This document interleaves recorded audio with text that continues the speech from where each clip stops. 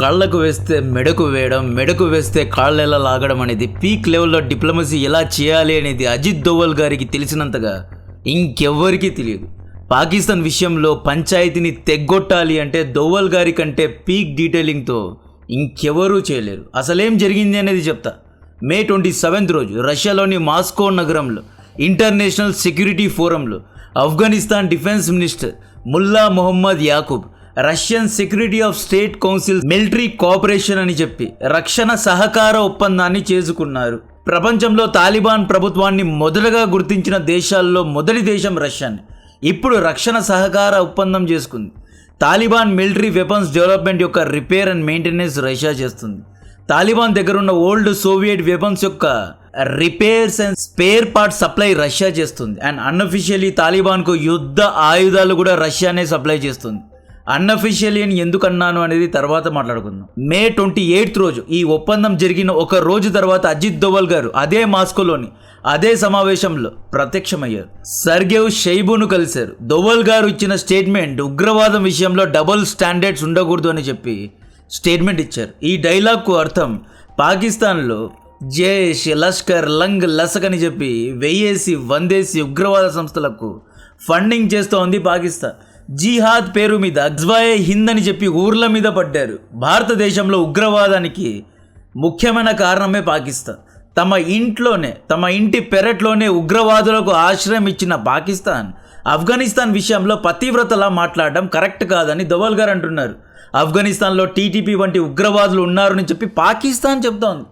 USA లేదా UN ముందు ఏడవడం, ఆఫ్ఘనిస్తాన్లో ఉగ్రవాదులను అంతం చేయడానికి కాబూల్, కాందహార్పై ఎయిర్ స్ట్రైక్స్ చేయడం కరెక్ట్ కాదు, ఉగ్రవాదం విషయంలో డబుల్ స్టాండర్డ్స్ ఉండడం కరెక్ట్ కాదని అజిత్ దోవల్ గారు అంటించారు. తెలుగులో ఒక కోట్ ఉంటుంది, పతివ్రత పరమాన్నం వండితే తెల్లార్లు చెల్లారలేదంట. పాకిస్తాన్ వ్యవహారం కూడా ఇలాగే ఉంది. ఈ మధ్య పాకిస్తాన్ ఆఫ్ఘనిస్తాన్లో ఎన్నోసార్లు ఎయిర్ స్ట్రైక్ చేసింది. ఎందుకు సామాన్య ప్రజలపై దాడి చేస్తున్నావు అని ఎవరైనా అడిగితే ఇచ్చే సమాధానం ఆఫ్ఘనిస్తాన్ అంట ఉగ్రవాదులకు ఆశ్రయం ఇస్తోందని చెప్పి సర్జికల్ స్ట్రైక్స్ చేసిందంట పాకిస్తాన్. ముర్దుకే, బహల్పూర్, పీఓకేలో ఎన్నో ఉగ్రవాద సంస్థలకు ఇదే పాకిస్తాన్ ఆశ్రయం ఇస్తూ ఉంటుంది. ఇండియా డైరెక్ట్గా ఆఫ్ఘనిస్తాన్కు డ్రోన్ వెపన్స్ సప్లై చేస్తే దౌత్యపరమైన ఒత్తిళ్లు ఉంటాయి. ఒక డెమోక్రటిక్ ఫ్రీ స్పీచ్ ఉన్న దేశం అలా ఎలా తాలిబాన్కు షరియా చట్టాలను పాటించే అమ్మాయిలను అణిచివేసే తాలిబాన్కు సపోర్ట్ చేస్తోందని చెప్పి 10 మంది 10 రకాలుగా మాట్లాడుకుంటారు అని చెప్పి ఇండియాకు ఎన్నో బౌండరీస్ ఉన్నాయి కాబట్టి వయా రష్యా సహకారాన్ని అందించాలి అని చూస్తున్నారు. ప్రస్తుతం ఆఫ్ఘనిస్తాన్ దగ్గర యాంటీ మిజైల్ డిఫెన్స్ సిస్టమ్ కానీ, మిజైల్స్ కానీ, అడ్వాన్స్డ్ డ్రోన్స్ కానీ లేవు కాబట్టి పాకిస్తాన్ అంత ఈజీగా ఏదో అత్తారింటికి వెళ్ళి వచ్చినట్లు అంత ఈజీగా దాడి చేయగలుగుతోంది. ఒకవేళ తాలిబాన్ దగ్గర మంచి వెపన్స్ అంటే మోస్ట్ అడ్వాన్స్డ్ కాదు, బేసిక్ లెవెల్లో ఫస్ట్ సెకండ్ జనరేషన్ డ్రోన్స్ లేదా అట్లీస్ట్ 100 కిలోమీటర్ ఉన్న మిజైల్ను ఇంటర్సెప్ట్ చేసే anti missile defence system 80s 90s నాటి టెక్నాలజీ ఆఫ్ఘనిస్తాన్ దగ్గర ఉన్నా కూడా కొంతవరకు పాకిస్తాన్కు సమాధానం ఇవ్వగలదు. కాబట్టే వయా రష్యా ఇండియా తాలిబాన్కు సపోర్ట్ చేయడానికి చూస్తోంది. ఇండియా ఆల్అౌట్ వెళ్ళిపోవడానికి లేదు కాబట్టే వ్లాదిమిర్ పుతిన్ను రంగంలో దింపారు. ఆఫ్ఘనిస్తాన్ రష్యా మధ్య రక్షణ సహకార ఒప్పందాలు జరిగితే పాకిస్తాన్ నోరు మూతపడుతుంది అండ్ ఇంకొకసారి తాలిబాన్పై దాడి చేయడానికి 10 సార్లు ఆలోచిస్తుంది అని చెప్పే దోవల్ గారు ఈ రకమైన స్కెచ్ చేశారు. అండ్ ఇది వర్క్ కూడా అవుతోంది. ఈరోజు తాలిబాన్ డిఫెన్స్ మినిస్టర్ చాలా ధైర్యంగా ఇంతకు ముందులాగా మాపై దాడి చేయడానికి లేదు, ఇక నుండి మా దగ్గర రష్యన్ వెపన్స్ ఉన్నాయని చెప్పి పాకిస్తాన్ను హెచ్చరించాడు. అసలు ఆఫ్ఘనిస్తాన్కు తాలిబాన్కు సపోర్ట్ చేస్తే రష్యాకు వచ్చేది ఏంటి అంటే, ఒకటి, పాకిస్తాన్ ఈ మధ్య అమెరికాతో దగ్గర అవుతోంది, రాసుకు పూసుకు తిరుగుతోంది. సోకాల్డ్ ఇరాన్ యుద్ధంలో మీడియేషన్ చేస్తోంది పాకిస్తాన్. ఆల్రెడీ 3 సార్లు అసీం మునీర్ వైట్ హౌస్లో డిన్నర్ చేసుకొని వచ్చాడు. ఆఫ్ఘనిస్తాన్ నుండి ISIK అనే ఉగ్రవాదులు యుక్రెయిన్లో రష్యాకు వ్యతిరేకంగా యుద్ధం చేస్తున్నారు. ఈ ISISకు చెక్ పెట్టాలి అంటే రష్యా తాలిబాన్కు సపోర్ట్ చేయాల్సింది. రష్యా 1950s నుండి సెంట్రల్ ఏషియాలో USA ఇన్ఫ్లుయెన్స్ పడకుండా చూసుకుంటోంది. ఆఫ్ఘనిస్తాన్లో ISI, CIA ఇద్దరూ కలిసి ముజాహిదీన్లకు ట్రైనింగ్ ఇచ్చి 1980sలో రష్యన్ రెడ్ ఆర్మీను ఓడించారు. సోవియట్ యూనియన్ విచ్ఛిన్నానికి one of the main reason Afghanistan యుద్ధమే. ఇప్పుడు ఆఫ్ఘనిస్తాన్ తాలిబాన్ ఆర్మ్ను ట్విస్ట్ చేస్తోంది. ఆఫ్ఘనిస్తాన్ దగ్గర ఎయిర్ డిఫెన్సెస్ లేవు, అడ్వాన్స్డ్ డ్రోన్స్ లేవు, ఫైటర్ జెట్స్ లేవు, అడ్వాన్స్డ్ మిజైల్స్ లేవు అని చెప్పి ఎప్పుడు కావాలంటే అప్పుడు ఎయిర్ స్ట్రైక్స్ చేయడం పాకిస్తాన్ చేస్తోంది. తాము తలుచుకుంటే తాలిబాన్ ప్రభుత్వాన్ని కూల్చేయగలమని చెప్పి తాలిబాన్ ప్రభుత్వాన్ని భయపెడుతోంది. పాకిస్తాన్ యుఎస్ఏ ఒక్కటయ్యారు. ఆఫ్ఘనిస్తాన్లో పాకిస్తాన్ ఇన్ఫ్లుయెన్స్ ఉంది అంటే యుఎస్ఏ ఇన్ఫ్లుయెన్స్ కూడా ఉన్నట్లే. ఆఫ్ఘనిస్తాన్ తర్వాత యుఎస్ఏ సెంట్రల్ ఏషియాపై కూడా ఇన్ఫ్లుయెన్స్ను సాధించగలదు. సెంట్రల్ ఏషియా నుండి మళ్ళీ జిహాద్ పేరు మీద ఉగ్రవాదులను హైర్ చేసి రష్యాకు వ్యతిరేకంగా తిరుగుబాట్లు కూడా చేయగలరు. ఐసిస్కేకు చెక్ పెట్టడానికి రష్యా రంగంలో దిగింది.